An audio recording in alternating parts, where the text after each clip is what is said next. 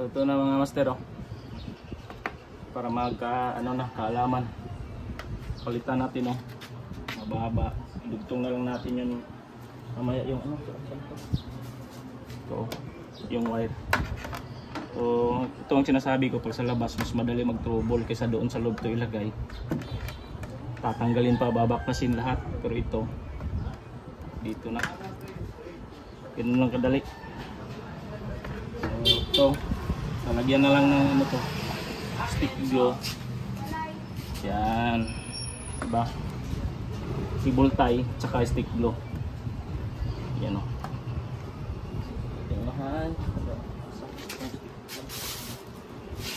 Ito, stick glue.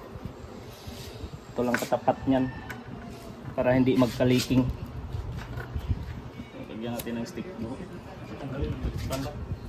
Tatanggalin na yung electric fan, sabi ni customer. Medyo mainit sa'yo dyan, sir. Okay lang. Basta i-click nyo lang yung view product sa baba. Nandito na lahat yung mga kailangan para sa water dispenser. Gaganyanin nyo na lang para hindi siya mag-leaking. At saka pag mag-replace ulit, madali lang.